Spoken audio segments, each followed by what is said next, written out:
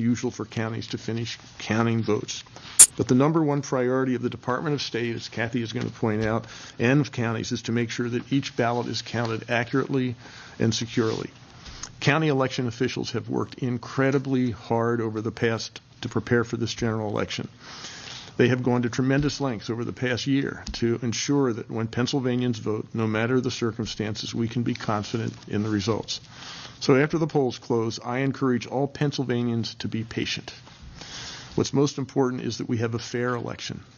Every vote will be counted, and the results will be accurate, even if it takes a little more time than usual. So thank you. Now I'm going to turn things over to Secretary of State, Kathy Boocklar. Kathy.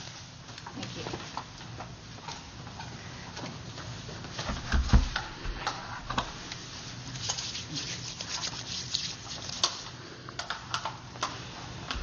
Sorry, bear with me. Thank you, Governor Wolf. It's a pleasure to be here with you 1 week before the election, and I urge, except I lost my speech, I urge every Pennsylvanian from all 67 counties to exercise your right this year and make sure that you vote. I want to remind Pennsylvania voters that if you applied for a mail ballot, now is the time to return it, so you can make sure that it counts. You can return it at a county election office, and many counties have more than one of those these days. You can you can drop it off at a designated secure drop-off location, an official drop box. You can find all these locations at votespa.com. Just make sure, no matter what, that you drop off your ballot by 8 p.m. on Election Day. But don't wait. Do it today. Do it tomorrow. Do not wait. If you're planning to go to the polls on Election Day, we want you to know, of course, it is going to be safe. It is going to be secure. The Department of State has provided to all the counties masks, gloves, hand sanitizer, disinfectant spray, sneeze guards, the towels, the tape to mark social distance, everything that they need to make sure that we can keep ourselves, our families, and each other safe. We ask every voter to wear a mask to protect themselves, and out of respect and a courtesy to others as well. I'm so proud of the amazing job that the counties have done in preparing for this election. They've been doing this while contending with a worldwide pandemic, setting up processes for a new law that provides more options to voters, and managing unprecedented volume that we could never have anticipated. I have every confidence in our county election offices, our local officials, and our poll workers, who are the true soldiers of democracy. This election has generated a lot of passion. Voter registration in Pennsylvania has topped 9 million, as Governor Wolf said, a record high. More than 3 million Pennsylvanians have already applied for a mail-in or absentee ballot, and over 1.85 million have already cast those ballots by mail, secure drop-off location, or in person at their county election offices. That's how I voted, and you still have today to do it. You can go in person, find out when your county election offices are open, call ahead. Go in person, you can apply, fill out your ballot, and cast it all in one visit to the county election office, and then you're done a week ahead of Election Day. But again, today is the last day. However, if you already applied for your mail-in ballot, you could still hand deliver it up through 8 p.m. on Election Day. Again, don't wait, though. Just do it today. So much better if you can. We're expecting high turnout. I know everyone is thinking about how long it's going to take to get the results. As Governor Wolf said, we are working very closely with all 67 counties. And of course, all of our first priority is and should be to count every ballot accurately, and after that, accurately as quickly as humanly possible. And I can't say strongly enough, every election official across the Commonwealth agrees with that. They're doing an amazing job. Since the primary, they immediately shifted to purchasing equipment, staffing up, making sure that they have best practices in place, timelines for doing this as effectively as possible. Not only that, and this really tells you about the dedication of our county election officials, Many counties, especially our largest ones, are planning to canvass those ballots 24/7 until they get the overwhelming majority of them counted. 24/7. I mean, that I would wish on no one, and I really wish that the legislature had passed the pre-canvassing bill so that they didn't have to, but that's who we have as public servants across the Commonwealth. So, but given the sheer number, it's simple math, right? This is not rocket science. Simple math, it will take longer, and I agree with Governor Wolf. Everybody's going to have to be patient and expect that it's going to take a couple of days, but I do expect that the overwhelming majority of ballots will be counted within a couple of days. Every Pennsylvanian should have absolute confidence in the dedication and integrity of election officials at every level of the Commonwealth. It is unparalleled, and you should feel enormously confident and proud of the accuracy and integrity of our elections, no matter how you vote. So please, no matter how you vote, exercise your right. Make sure your voice is heard.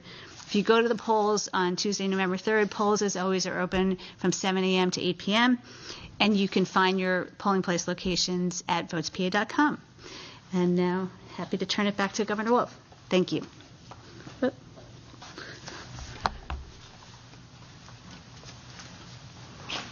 Okay, Secretary Bookvar and I would be happy to take questions. Yes. Sally, CBS 21. Question for you. Last night, Republican lawmakers challenged again the extension to ballots being accepted to that Friday. How will that affect voters here who have already sent in their mail-in ballots, absentee ballots as well? If you've already sent it in? You've already sent it in. So we have thousands of voters right now who have mailed in their ballots. However, Republican lawmakers last night challenged to the Supreme Court that, to not extend the deadline. And now that was a 4-4 decision initially. However, we have the recent confirmation of Amy Barrett who may change that. Yeah. Well, first of all, my wife and I sent our ballot in by mail last week, and they have been received. So I think the first thing is, as Kathy said, walk it in. I mean, the state Supreme Court ruled that the counties could have until Friday, the 6th of November, to actually count the ballots. And you're pointing out that the 4-4 decision basically let that stay in place. The Republicans have challenged that again, so we'll know by probably Thursday or Friday as to where that stands. I think it's all that uncertainty is just all the more reason to walk it in, get it in on time. Kathy, you have anything you want to add to that? No, I think that's right, Governor. I think our message to voters is ignore the noise. None of us can predict what's going to happen.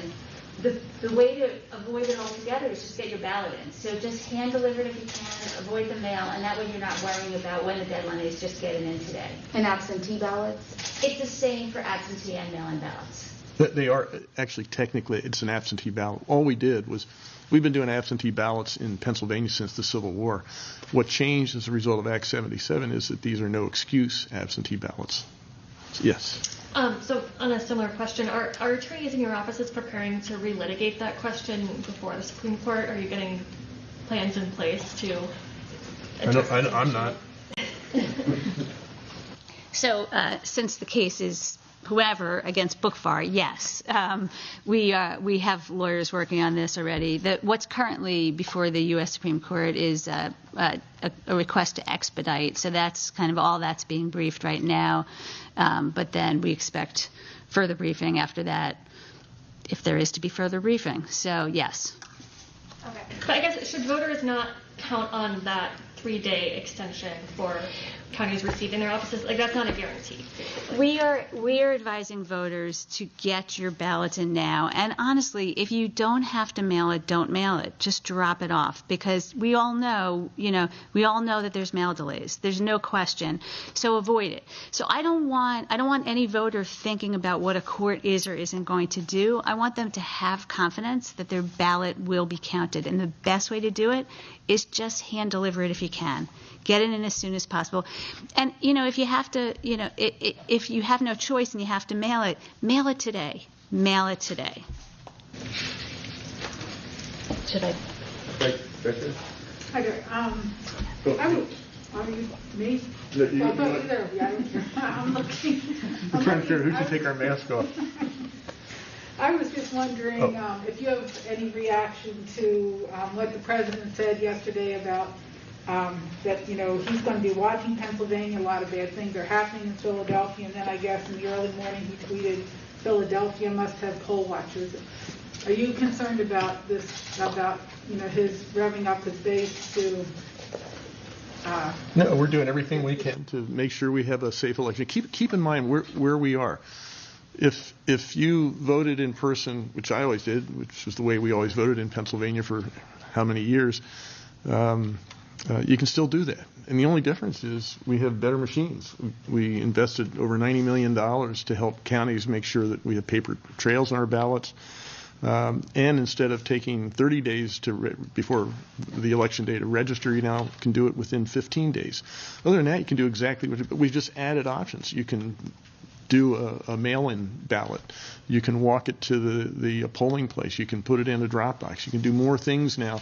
We've made voting more accessible in this bipartisan Act 77. So I think what we want to focus on is, you know, what a great system is, and we're doing everything, and the counties are doing everything to make sure that the system works really well. Kathy, you want to add anything to that? Sure, Jan. Sure. To the point about the poll watchers, Philadelphia and every other county in the state can have poll watchers. President Trump, every candidate, parties, that hasn't changed. So his tweets, again, voters need to ignore the disinformation. There's so much disinformation out there. People should not retweet, should not repost. This information is inaccurate. Pennsylvania has very clear laws. Poll watchers are going to be appointed a couple of days before Election Day. As you know, President Trump, his campaign brought litigation trying to extend that. He lost. He lost twice. They lost in Philadelphia County Courts, and then they lost again at the Commonwealth Court. The laws in Pennsylvania have very specific rules for poll watchers, and those will apply in every county in the state. Do you want her or you want me? Secretary. I need both, but I'll start with Secretary before. This question is from Dennis Owens at ABC 27. My name is Justin. Is there a mechanism in place for someone who might turn in or mail in a ballot that's, for whatever reason, is incorrect? Is there a mechanism to make sure that person can submit their vote properly? Or is it when it's received and reviewed and it's ruled inaccurate or not filled out correctly, does it just get discarded?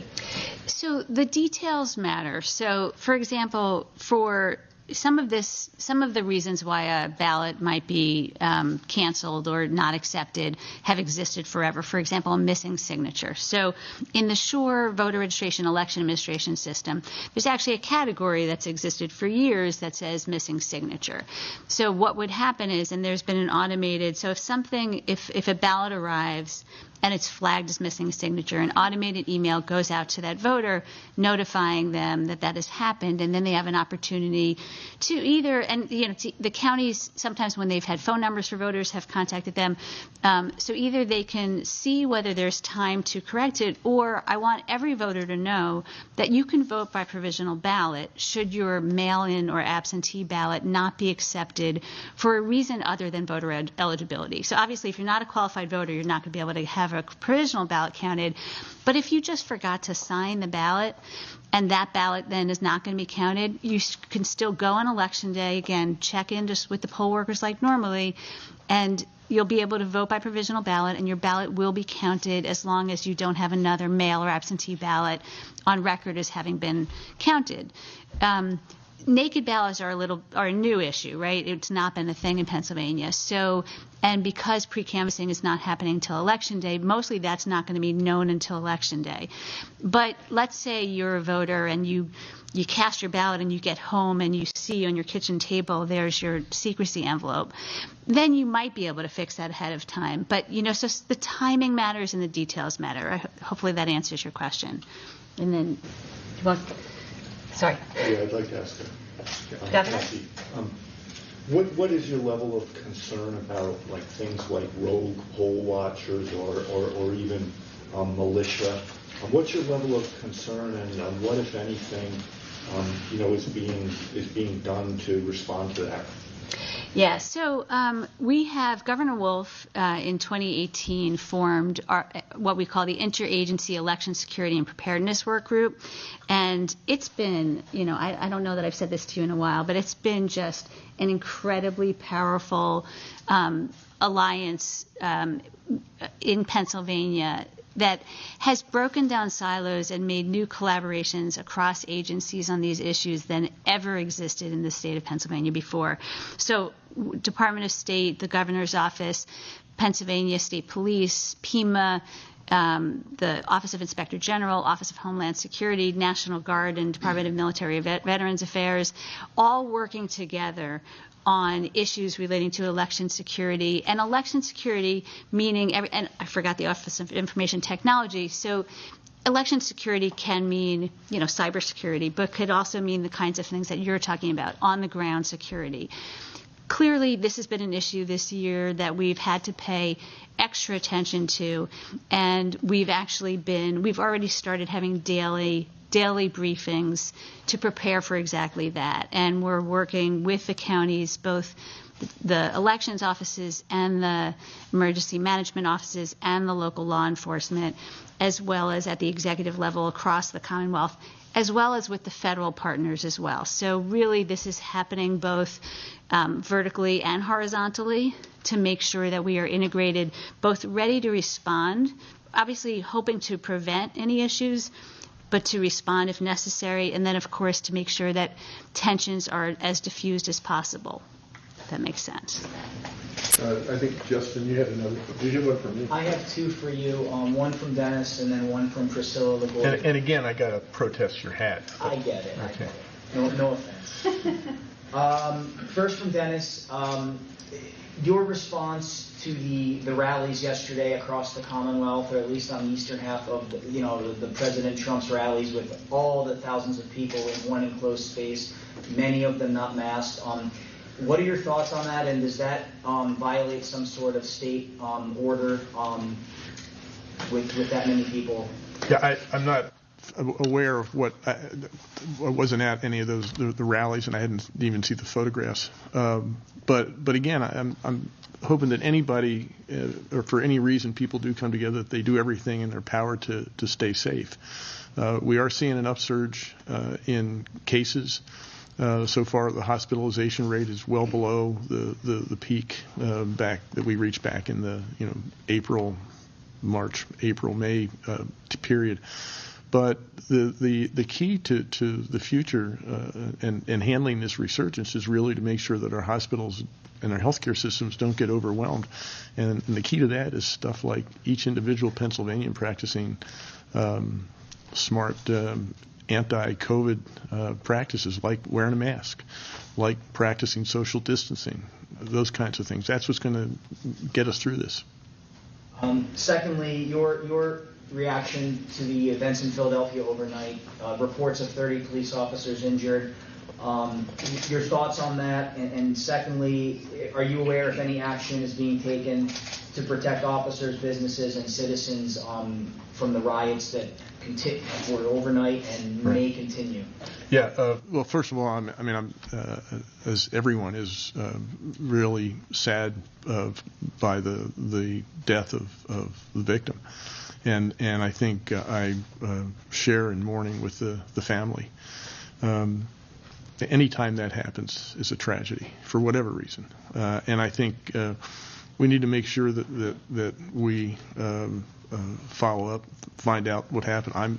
And my staff have been in constant communication since last night with the folks in Philadelphia, and the hope is that doesn't escalate into anything more than the peaceful protests that I think this kind of situation brings out.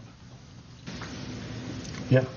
Oh, I'm sorry. Let me change that. Go ahead. Thank you, Governor. In the hours after the revelation of Hunter Biden's laptop came out, Google reported an upsurge in traffic with a search, especially here in Pennsylvania, of "Can I change my vote?" How would somebody that's already submitted a ballot go through that process, and is that of a concern to the Commonwealth? And I have a follow-up about Election Day as well. Let me turn this one over to Kat. You have a follow-up for me? Yeah, if somebody's standing in a line at a polling place at 8 o'clock and the polls technically close, are you prepared to extend the ability for those people that are in line to cast an in-person vote? I think we have a rule about that, don't we? Yeah, Kathy. So to that second question, if you're in line at 8 p.m., you get to vote even if the lines are 5 hours long. You stay in line. You just have to be in line at 8 p.m. We don't have a process in Pennsylvania for changing your vote. Once you make your vote, it's final. So unless there's like an error like we talked about before where you're missing signature and that kind of thing, but if you just want to change your mind, you've already cast your ballot, it's considered final. That's right. Yes. It's for Secretary Buffon. Okay. I have two questions, but with the deadline being today for mail-in ballots, if someone is deciding right now that they want to vote by mail, what is your recommended way? Should they apply online? Should they just go straight to their county election office? If they can go straight to their county election office, they should do, because then they could take care of the whole thing in person. If they can't, but they're going to be able to hand deliver it later, they could still go on to votespa.com, apply today.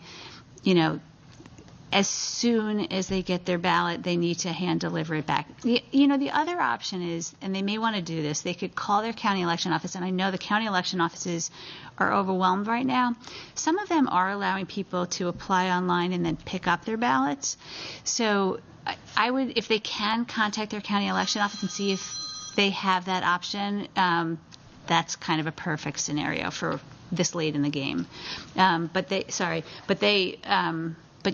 there's also still voting on November 3rd, so I want to keep that in mind. And as Governor Wolf said, I think the lines, because nearly half of the population or the registered voters are going to be voting by mail, lines should be shorter on Election Day. So nobody's losing that option. I just have one more. We've heard from people with questions on if someone has submitted a mail-in ballot already and they die, is that vote still counted? How does that work? It's not. Okay. So voters do have to be alive for their votes to be counted. I think the next one's for you, Kathy. Secretary, question for you. It's similar to one of the last questions. Today is the last day to apply for a mail-in ballot. If you were waiting in line, like if there were long lines today, and you got in line before 5 p.m., you've been in line waiting, will that deadline then be extended if, say, you were waiting in line since 2 p.m.? Yeah, I mean, it's a good question. The applications, for example, like online, the applications cut off at 5 p.m. And so I don't think that the same rules apply to polling places on Election Day, because that's the last time you could vote. So it makes sense that you would want anybody who gets in line at 8 p.m. to be allowed to cast their ballot. For this, it's not the same thing because you still have another opportunity. So I urge people to go as early as possible today if they're going to go. So I want to be clear, if you're in line at been waiting, you're getting cut off. The county election offices are, you're talking about the county election offices, right? Yeah, they have set hours, and so whatever those hours are, that's all they have to be open for. Yeah, as a follow-up to that, is there discretion at the county level that if they see a line that's out the door down the block, they have to cut it off at 5 o'clock? The application deadline is 5 p.m. today, and I think that's the law. They have to follow. Super Governor Wolf. Thank you.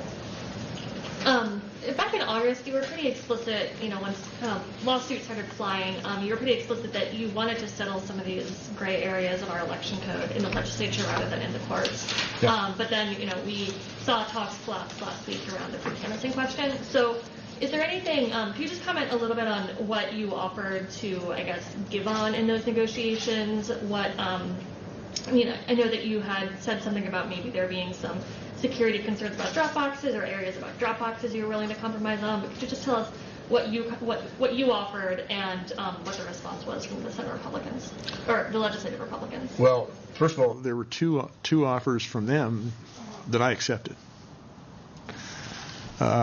The one conversation where I had with the majority leader in the House was that he seemed at first to be concerned about the security at drop boxes. I said I was fine with that, and then he moved to, I think the next thing was Were the. you fine with eliminating drop boxes or tightening? No, tightening the security, which is I think what they were for, and as I understood it, And then the next thing was the 3 days. And so I offered 2 days. And they said, we'll get back to you. Then they came back to my chief of staff a day or two later. I think, I don't. Last week or 2 weeks ago? The last conversation was on Tuesday. And they came in and said, we'll do this. And at that point, they were saying they wanted poll watchers from contiguous counties. At this point in Pennsylvania, you can't have poll watchers outside of the county. And I said, in exchange for a number of days free canvassing, they said, yeah, okay. You agree to that? Yes. And then that afternoon, they came back and said, no, we don't want to do that anymore. Okay. So that's where we were. Were you concerned about that poll watcher, I guess, concession opening up any unforeseen consequences? Yes, I was. Intimidation? I was, which is why I really didn't like it. It was a real concession on my part. You thought it was reasonable? I was trying to get to a point where we have a reasonable counting opportunity for the counties, Republican counties and Democratic counties, to give them a chance to do a very practical thing, which is open those envelopes up and smooth them out if they have to and get them ready to be counted at 8 p.m. on Election Day. And so I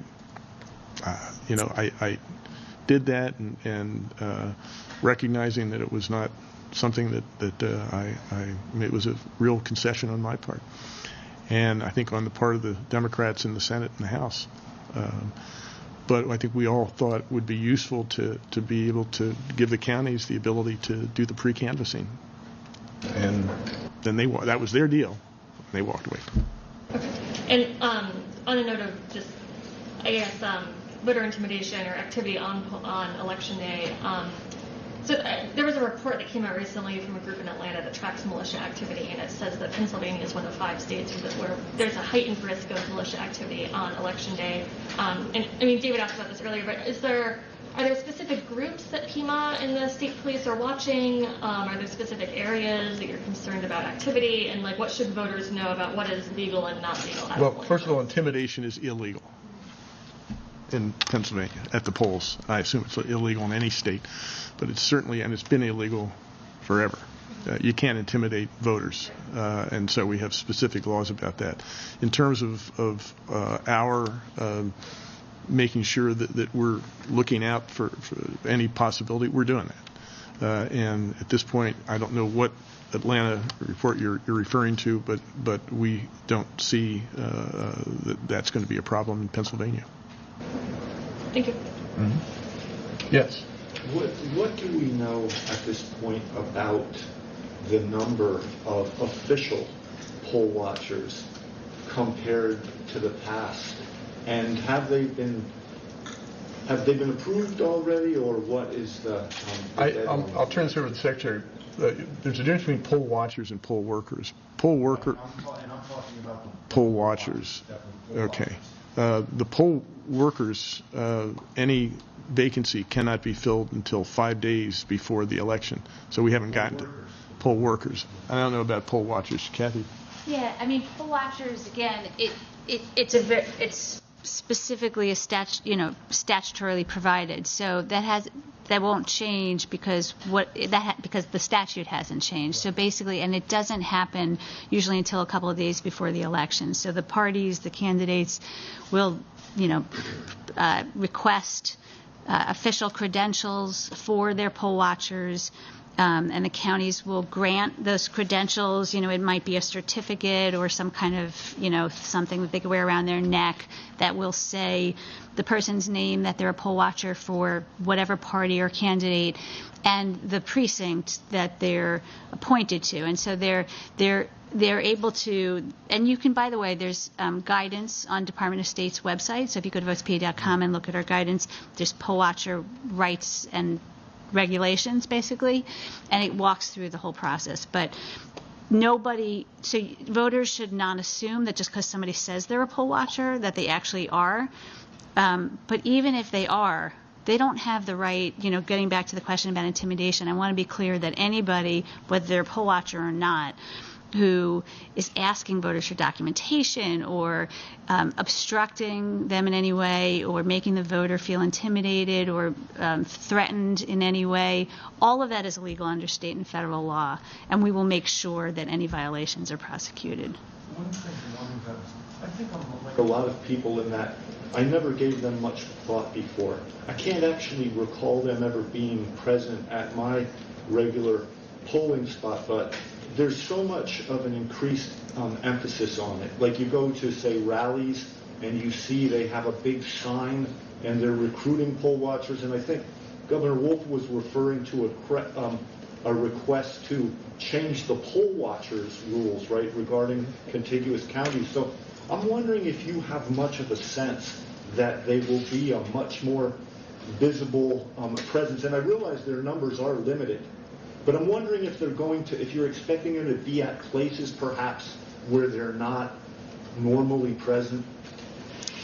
We can't, of course, you never know until you know, but I would guess that they're going to be exactly where you think they would be. They're going to be in places where they feel most threatened, and that's an imaginary thing, because like you said, the reason why you never were aware of their presence, I mean, poll watchers really are in almost every polling place every election, but it's worked well in Pennsylvania because nobody tried to abuse it. They were there, just to make sure, that they could keep track sort of what voters have voted already. Usually they have a relationship with, then they take a break and they call their candidate or their party and they say, make calls to these people who haven't voted yet. That's been some historically of what they've been for. And I know, we want to make sure that we alleviate people's fears because this is not a new thing.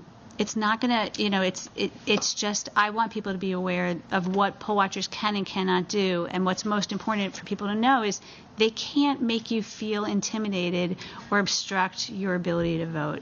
They can't ask you for documentation. But if they're there in the background, it's fine. Like that's completely fine. So we're going to make sure that that they understand what their restrictions are. And voters should just go ahead, like you did all these years, and ignore them, frankly. And just to be clear, you said that you expect they'll be at places where they feel most threatened. I'm assuming you're referring to where they would feel potential for fraud. Is that what you mean? Well, no, it's really not. I think you're going to find Republican poll watchers in Democratic leaning districts, and you're going to find Democratic poll watchers, in maybe other districts, or maybe they're going to be in purple areas. I mean, you're not going to find a lot of, President Trump appointed poll watchers in heavily red counties that he expects to win. You're going to find it in other places. So, and that's historically, that's consistent with how it's always been.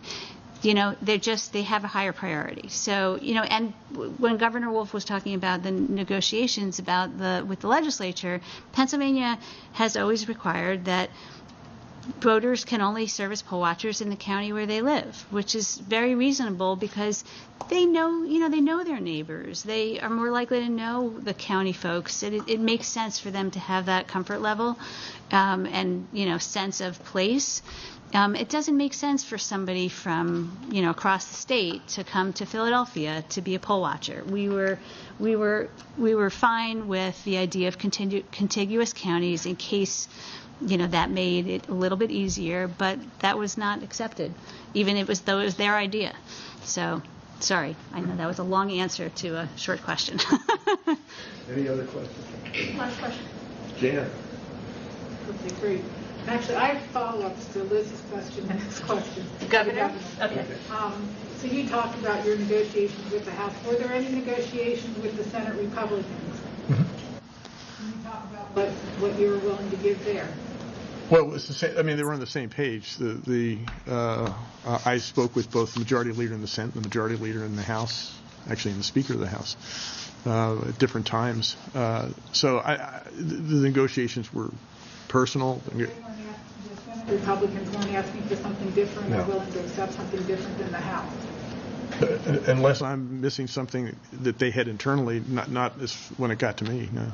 And then to follow up on his question about Philadelphia, I was just wondering if you're concerned, if you're making any, or having any discussions with the mayor down there about this police shooting and giving rise to tensions that could result in, uprisings like we saw in the primary with the protest against racial injustice. I know you extended the executive order to allow, the votes to be Back in the primary, you mean? in the primary. Yeah. So are you giving any thought to what, might happen in the event that sparks that? I'm hoping that, I don't think that's going to be necessary, that we are constant, not me personally, overnight, the staffs of both the mayor and my staffs have been in contact. And the hope is that this situation does de-escalate and does not explode into something like it was back in May. Yeah. Governor, have you seen either body cam footage or witness video of this? And if so, do you have any initial assessment? I have not. Yeah. Last question. This is the last question. Yeah. In regard to Election Day and the certification, maybe the time after, if the election's not certified on election night, which you guys kind of foreshadowed in your opening comments, will you come back to the podium again day by day or a couple of hours at a time to kind of give a progress report on where the count stands? Yeah, we'll keep everybody up to speed. Yeah. Kathy. And I just really feel like this is right. Results are never certified on the night of the election.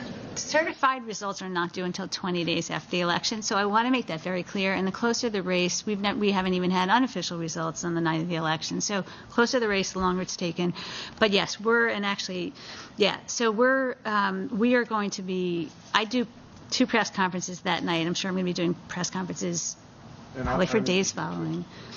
And then we also, so for election night reporting, we're going to be showing not only, like historically you could see the in-person ballots, but you couldn't see the breakdowns of mail-in and absentee ballots and provisional. We're going to have all those breakdowns.